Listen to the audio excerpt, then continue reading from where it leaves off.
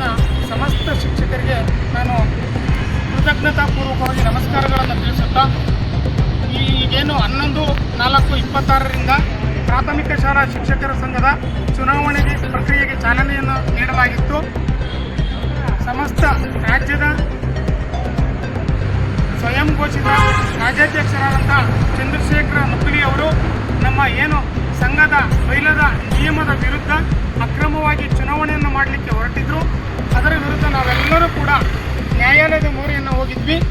ಕರ್ನಾಟಕ ರಾಜ್ಯದ ಗೌರವಾನ್ವಿತ ಉಚ್ಚ ನ್ಯಾಯಾಲಯವು ನಮ್ಮ ಈ ಒಂದು ಪ್ರಾಥಮಿಕ ಶಾಲಾ ಶಿಕ್ಷಕರ ಸಂಘದ ಚುನಾವಣೆಗೆ ತಡೆಯಾಜ್ಞೆಯನ್ನು ನೀಡಿರುತ್ತದೆ.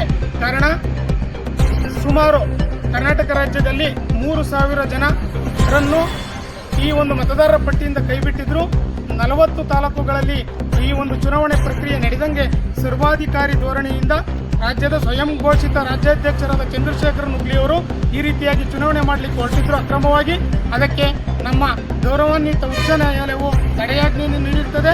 ಆ ಒಂದು ತಡೆಯಾಜ್ಞೆ ನೀಡಿರುವುದಕ್ಕಾಗಿ ನಮ್ಮ ಇಡೀ ಅರಸೀಕೆರೆ ತಾಲೂಕಿನ ಶಿಕ್ಷಕ ಬಳಗ ಇವತ್ತು ಸಂತಸವನ್ನು ವ್ಯಕ್ತಪಡಿಸಿದೆ. ಇಡೀ ರಾಜ್ಯದ ಸಮಸ್ತ ಶಿಕ್ಷಕರು ಸಂತೋಷಪೂರ್ವಕವಾಗಿ ಈ ಒಂದು ನ್ಯಾಯಾಲಯದ ತೀರ್ಪಿಗೆ ತಲೆಬಾಗಿರುತ್ತಾರೆ. ಮುಂದಿನ ದಿನಗಳಲ್ಲಿ ನ್ಯಾಯಸಮ್ಮತವಾದ ಚುನಾವಣೆ ನಡೆದು ನಮ್ಮ ಅರಸೀಕೆರೆ ತಾಲೂಕಿನಲ್ಲಿ ಒಂದು ಉತ್ತಮವಾದ ತಂಡ ಹೊರಹೊಮ್ಮಿ ಆ ಒಂದು ಶಿಕ್ಷಕರ ಸೇವೆಯನ್ನು ಮಾಡಲಿಕ್ಕೆ ಮುಂದಿನ ದಿನಗಳಲ್ಲಿ ಎಲ್ಲ ಸಮಸ್ತ ಶಿಕ್ಷಕರು ತಾವೆಲ್ಲರೂ ಕೂಡ ಒಕ್ಕೊರಲಿನಿಂದ ನಮಗೆ ಜಯವನ್ನು ದೊರಕಿಸಿಕೊಡಬೇಕು ಅಂತೇಳಿ ಈ ಮೂಲಕ ನಾನು ಎಲ್ಲರಲ್ಲಿ ಕೂಡ ವಿನಂತಿಸಿಕೊಳ್ಳುತ್ತಿದ್ದೇನೆ.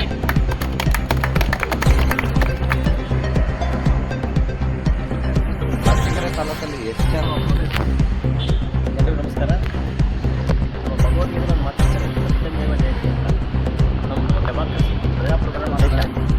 ನಮ್ಮ ಪ್ರಜಾಪ್ರಭುತ್ವ ದೇಶದಲ್ಲಿ ನಮಗೆ ಮಾನಿಟರಿಂಗ್ ಮಾಡಬೇಕಾದ್ರೆ ನಮ್ಮಲ್ಲಿ ನ್ಯಾಯಾಂಗ ಇದೆ. ನಾವು ಏನೇ ಸರಿ ತಪ್ಪುಗಳು ಮಾಡಿದರೆ ನಾವು ಮಾಡ್ತಕ್ಕಂಥ ಸರಿ ತಪ್ಪನ್ನು ಅದು ಮಾನಿಟರಿಂಗ್ ಮಾಡ್ತಾರೆ ನ್ಯಾಯಾಲಯ. ಈ ದಿವಸ ಈಗ ಅಲ್ಲೇ ಆಗಿದೆ ಅಂತ ಸಾರ್ವಜನಿಕರಿಗೆ ಗೊತ್ತು. ಸಂಸ್ಥೆಗಳು ಏನೇನು ಮಾಡ್ತೇವೆ ಅಂತ ನಮ್ಮ ಶಿಕ್ಷಕರಿಗೆಲ್ಲ ದಾರಿ ತಿರುಗಾಡ್ತಕ್ಕಂಥ ನಾಗರಿಕರಿಗೆ ವಿಷಯ ಗೊತ್ತಿತ್ತು. ವಿಷಯಗಳನ್ನು ಮಾನಿಟರಿಂಗ್ ಮಾಡಿದೆ ನ್ಯಾಯಾಲಯ. ಅದರ ಬಗ್ಗೆ ಸೂಕ್ತವಾದ ಒಂದು ತೀರ್ಮಾನ ತಗೊಳ್ಳೋಕ್ಕೆ ನಮಗೆ 21 ಪೋಸ್ಟ್ಪೋನ್ ಮಾಡಿದೆ. ನಾವು ಇವತ್ತು ನಮಗೆ ಶಾಶ್ವತವಾಗಿ ಇದನ್ನು ರದ್ದುಪಡಿಸಿ ಹೊಸ ಒಂದು ಚುನಾವಣೆ ನಡೆಸಬೇಕು ಅನ್ನೋ ನಂಬಿಕೆ ಇದೆ. ನ್ಯಾಯಾಲಯದ ಆದೇಶವನ್ನು ಸಮಸ್ತ ಶಿಕ್ಷಕರ ಗೌರವಿಸಿದ ನ್ಯಾಯಾಲಯ ಮುಂದೇನು ಆದೇಶ ಕೊಡುತ್ತೆ ಅದರ ತೀರ್ಪು ಬದ್ಧರಾಗಿರ್ತೇವೆ. ನ್ಯಾಯಾಲಯ ನಮಗೆ ಮುಂದೆ ಒಳ್ಳೆಯ ಸೂಕ್ತ ನಿರ್ದೇಶನ ಕೊಟ್ಟು ಹೊಸ ಒಂದು ಚುನಾವಣೆ ಒಂದು ಆಶಾಭಾವನೆ ಅಂತ ನಾವು ನ್ಯಾಯಾಲಯಕ್ಕೆ ಗೌರವಿಸುತ್ತೇವೆ ಅಂತ ತಗೊಳ್ತಾರೆ. ನಿಮ್ಮ ಹೆಸರು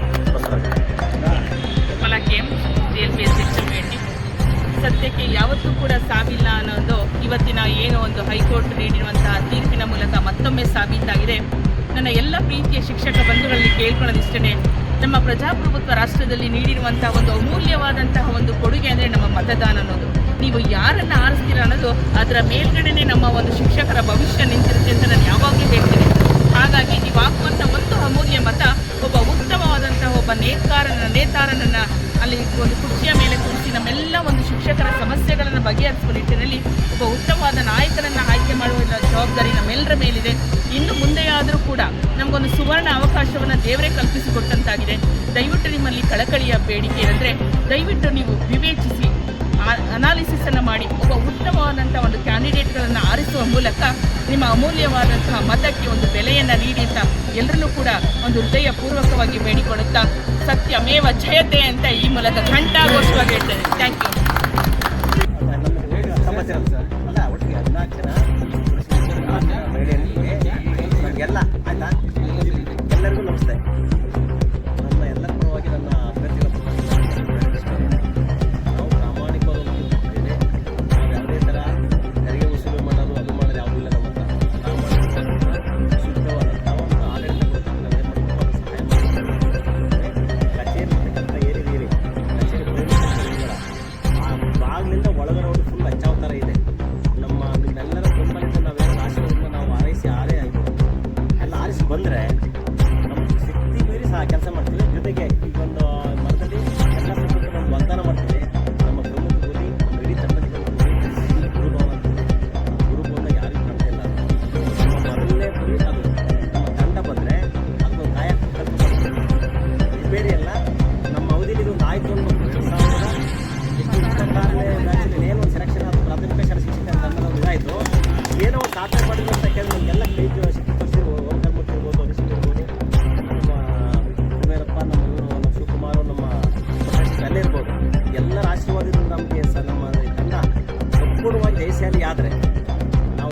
ಪ್ರಾಮಾಣಿಕವಾಗಿ ನನ್ನ ಮಕ್ಕಳ ಕೆಲಸ ಭಾರಿ ಗುರಿ ಇಟ್ಟಿದ್ದೀನಿ. ನನ್ನ ಸಲಹೆ ಅವರು ಚುನಾವಣೆ ನಾನು ಪ್ರಾಮಾಣಿಕವಾದಂಥ ಎಲ್ಲ ಸಹಾಯ ಪಡ್ಕೊಂಡು ಅದೊಂದು ಇದೆಯಲ್ಲ ನಾನು ಇದರಿಂದ ಎರಡನೇ ವಿಚಾರ ನನಗೆ ಹಿಡಿಬಾರ್ದು. ಈಗ ಅವ್ರು ಮಾಡಿದಾರಲ್ಲ ಅದು ಏನು ನಮ್ಮ ಗುರುಭವನ ಕಣಕ್ಕೆ ಸರಸ್ವತಿ ಮೇಲಿದೆ ಅಲ್ವಾ, ಸರಸ್ವತಿ ಕಾಣ್ತಿಲ್ಲ ಅದು ನೋಡಿದರೆ ಅದಕ್ಕೊಂದು ರೂಪ ಪಡಕ್ಕೆ ನಾವು ವಿಗ್ರಹನ ನಾವು ಸಂಪೂರ್ಣವಾಗಿ ನಾವು ಇತ್ಯಾದಿ ಇರೋದ್ರಲ್ಲೇ ಎಲ್ಲ ಯಾರು ಗುರುಭವನ ಕಾಯ್ಕೊಂಡರಲ್ಲ ಅಧಿಕಾರವ ನಾವು ಸತ್ಯವನ್ನೇನಲ್ಲ ಸತ್ಯವಾಗಿ ನಡ್ಕೊಳ್ಳೋದು.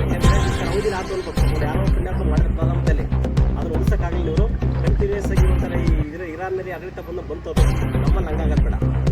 ಒಂದು ಹೊಸ ಬದಲಾವಣೆಯನ್ನು ಮಾಡಿ ಹೋಗೋರೆಲ್ಲ ಕೈ ಜೋಡಿಸ್ಕೊಂಡು ನಾವು ಮತ್ತೆ ನಾವು ನಿರ್ದೇಶಕರು ಪದಾಧಿಕಾರಿಗಳು ನಮ್ಮ ಸಾಮಾನ್ಯ ನಾವೆಲ್ಲ ಶಿಕ್ಷಕರು ಎಲ್ಲ ಕೈ ಜೋಡಿಸಿದ್ರೆ ಸಾವಿರಾರು ಆಯಿತು. ನಾವು 1,000 ಜನ ಇದ್ದೀವಿ, 1,000 ಜನ ಒಂದು ಕೆಲಸ ಮಾಡ್ತಾರೆ. ಅದೇನು ಅಲ್ಲ, ನಾವು ಕಟ್ಟಡವನ್ನು ಎಲ್ಲ ಕಡೆ ನೋಡಿದ್ದೀವಿ, ನೋಡಿದ್ದೀವಿ, ನಮ್ಮ ಹಾಸನ ಇದೆ, ಎಲ್ಲ ಕಡೆ ಇದೆ. ಆ ಸ್ಪೀಕರ್ಲಿ ತಂಡ ಬಂದೇನೋ ಬದಲಾವಣೆ ಮಾಡ್ಕೊಳ್ಬೇಕು. ಹಾಗಾಗಿ ನಾವು ಅದನ್ನು ಭಾಳ ಉದ್ದೇಶಕ್ಕೆ ಎಲೆಕ್ಷನ್ಗೆ ಹುಡುಕಿದ್ದೀವಿ. ಒಂದು ಸಹಾಯ ಮಾಡಿ ತಾವೆಲ್ಲ ಕೈ ಜೋಡಿಸಿ ಮತ್ತು ಸ್ನೇಹಿತರು ಹೇಳಿ ಬಂದರೆ ಇದೇ ಜಾಗದಲ್ಲಿ ಇಟ್ಕೊಂಡು ಆ ಗ್ರೂಪ್ ನೆಕ್ಸ್ಟ್ ಮೀಟಿಂಗು ಗೆದ್ದ ಮೇಲೆ ಒಂದು ಸರಿ ಹೊಸ ಕಟ್ಟಡದಲ್ಲಿ ನಮ್ಮ ನೂತನ ಏನು ನಾವು ಮಾಡ್ತೀವಲ್ವ ಅಲ್ಲೊಂದು ಮೀಟಿಂಗ್ ಮಾಡೋದು ಆಯಿತಾ. ಕೇಳ್ಕೊಂತ ಎಲ್ಲರಿಗೂ ಕೈ ಜನತಾ ನ್ಯಾಯಾಲಯಕ್ಕೆ ಅಭಿನಂದನೆಯನ್ನು ಸಲ್ಲಿಸ್ತೇನೆ.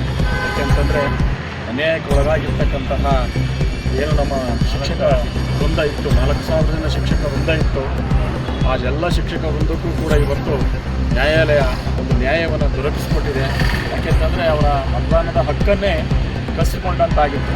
ಕೆಲವು ತಾಲೂಕುಗಳಲ್ಲಿ ಮತಗಟ್ಟೆಗಳನ್ನೇ ತೆರೆಯದಲ್ಲೇ ಈ ಒಂದು ಮತದಾನ ಪ್ರಕ್ರಿಯೆಯಲ್ಲಿ ತೊಡಗಿದ್ರು. ಇದು ಅಕ್ಷಮ್ಯ ಅಪರಾಧ ಅಂತಕ್ಕಂಥದ್ದು ಎಂಥ ಜನಸಾಮಾನ್ಯರಿಗೂ ಕೂಡ ಇದು ಗೊತ್ತಾಗ್ತದೆ. ಉದ್ದೇಶ ಏನೇ ಇರಲಿ, ಯಾರು ಏನು ಅಧಿಕಾರ ಹಿಡಿಬೇಕು, ಏನು ಮಾಡಬೇಕು, ಅದಕ್ಕೋಸ್ಕರ ಏನೆಲ್ಲ ಮಾಡಬೇಕು ಅಂತಕ್ಕಂಥ ಕುತಂತ್ರಗಳು ಏನೇ ಇದ್ರೂ ಕೂಡ ಇವತ್ತು ಯಾರು ಅನ್ಯಾಯಕ್ಕೆ ಒಳಗಾಗಿರ್ತಕ್ಕಂಥ ಶಿಕ್ಷಕರಿದ್ದರು ಅವರಿಗೆ ಗಣತಂತ್ರ ನ್ಯಾಯಾಲಯ ನಮಗೆ ನ್ಯಾಯವನ್ನು ದೊರಕಿಸಿಕೊಟ್ಟಿದೆ. ಹಾಗಂತೇಳಿ ಇದೇ ಕೊನೆ ಇದು ಅಂತ ಏನಲ್ಲ, ಇದು ಮುಂದೆ ದಿನಗಳಲ್ಲಿ ನ್ಯಾಯಾಲಯದಲ್ಲಿ ತೀರ್ಪು ಇದು ವಿಚಾರಣೆ ನಡೆದು ನ್ಯಾಯಾಲಯ ಒಂದು ಒಳ್ಳೆಯ ತೀರ್ಪನ್ನು ಕೊಡ್ಬೋದು.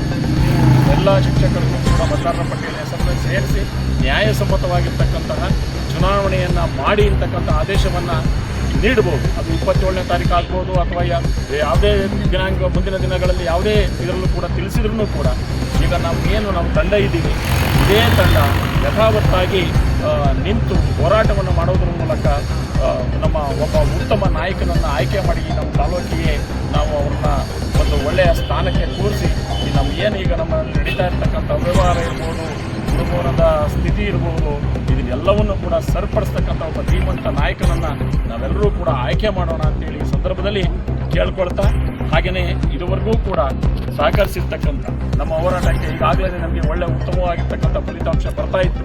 ಈ ಚುನಾವಣೆ ನಡೆದಿದ್ದರೂ ಕೂಡ ನಮ್ಮ ತಂಡ ಗೆಲ್ತಕ್ಕಂತಹ 100ಕ್ಕೆ 100 ಭಾಗ ಗೆಲ್ತಕ್ಕಂತಹ ಒಂದು ಪರಿಸ್ಥಿತಿಯಲ್ಲಿ ನಾವಿದ್ವಿ. ನಾವೇನು ಚುನಾವಣೆಗೆ ಎದುರಿ ನ್ಯಾಯಾಲಯದ ತೀರ್ಪಿಗೋಸ್ಕರ ನಾವ್ಯಾರೂ ಕೂಡ ಇಲ್ಲಿ ಇದು ಮಾಡ್ತಾ ಇಲ್ಲ. ನ್ಯಾಯಾಲಯ ಏನು ತೀರ್ಕೊಂಡಿದೆ ಅದಕ್ಕೆ ನಾವು ಭಾಗ್ಯ ಹಾಕಬೇಕು, ಅದಕ್ಕೆ ನಾವು ಗೌರವವನ್ನು ಕೊಡಬೇಕು ಅನ್ನೋ ಉದ್ದೇಶಕ್ಕೋಸ್ಕರ ನಾವಿವತ್ತು ಈ ಒಂದು ಇದನ್ನು ಮಾಡ್ತಾ ಇದ್ದೀವಿ. ಇವತ್ತು ಬೇರೆ ಇಲ್ಲಿ ಹೆದರಿಕೆಯಿಂದಾಗಲಿ ಬೇರೆ ಯಾರೋ ಒಂದು ದೊಡ್ಡ ಬೆದರಿಕೆಗಾಗಲಿ ನಾವು ಎದುರಿಲ್ಲ. ಇವತ್ತು ಬೇಕಾದ್ರೆ ನಾಳೆನೇ ಚುನಾವಣೆ ನಡೆದರೂ ಕೂಡ ನಮ್ಮ ತಂಡವೇ ಜಯಿಸುತ್ತೆ ಅಂತಕ್ಕಂತಹ ಮಾತನ್ನು ಸಂದರ್ಭದಲ್ಲಿ ನಾನು ಹೇಳ್ತಾ ಮಾತನ್ನು ಮುಗಿಸ್ತಾ ಇದ್ದೀನಿ. ಜೈ ಹಿಂದ್.